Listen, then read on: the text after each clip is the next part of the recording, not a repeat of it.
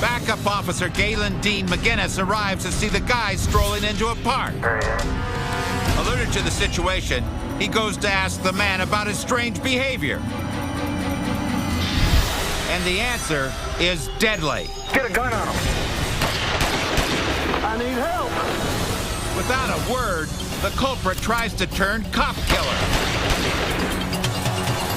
Turner arrives to see his partner dodge a furious spray of bullets. Both men return fire and take refuge behind the squad car. You all right, Dean? We're okay. He's down. We got him at gunpoint. He's been shot several times. The injured offender lies only a stone's throw away. He's still got that gun pointed at you, Dean. But police can't help him unless he releases his weapon. Drop the gun! He's got the gun in his right hand, fingers on the trigger. By nightfall, the homicidal man is still fighting a losing battle. Unwrap your fingers from the gun!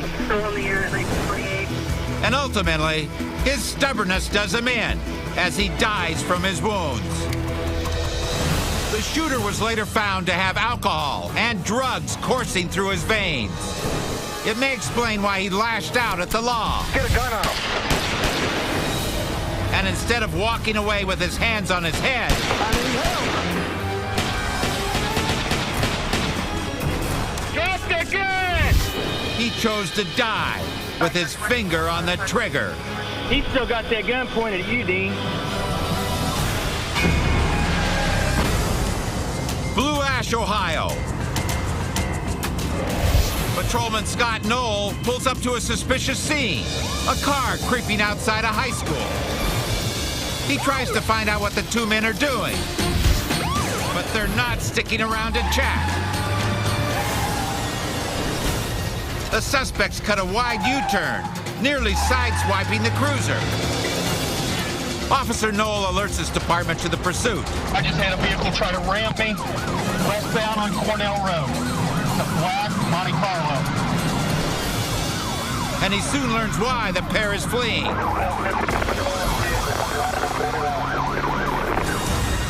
The driver floors his Hot Wheels down a straightaway. We're southbound at 100 miles an hour. Converging units are forced to hold off. Don't anybody pull out. He's trying to almost ram me. Trying to stop them at these speeds could be lethal. But when the renegades start to double back, Officer Knoll finally gets his shot.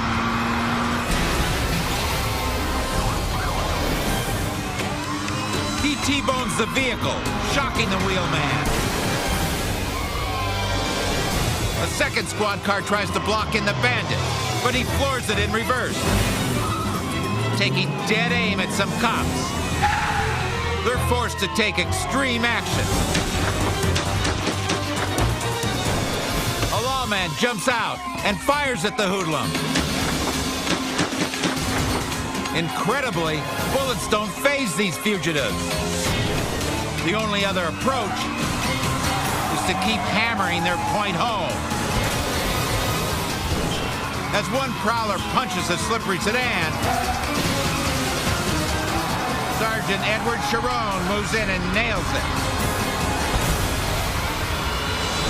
But when he rushes out to make the arrest, it's a truly deadly face-off. The outlaw lurches his car at Sharon, nearly running him over. Amazingly, Sharon holds his ground and strikes back. And that puts an end to the rampage. The passenger is okay, but the driver will later die from his wounds. Armed with a stolen muscle car, this thug tried to outrun the cops and then outmaneuver them. But police quickly had him outnumbered and put the brakes on his violent getaway.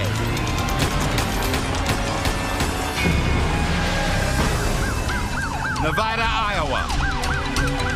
police receive a report of a man running through a neighborhood with a knife.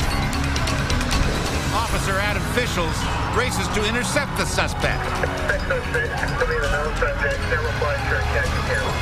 this guy is not exactly trying to get away.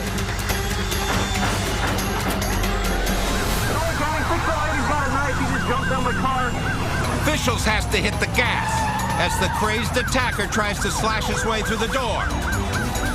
606, you see him chasing me?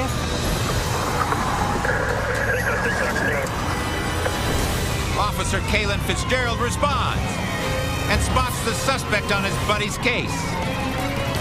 But when he pulls in, the man tries the same stunt with him. It doesn't go nearly as well this time. He attempts once more to hurdle a cruiser, but gets kneecapped by the moving target.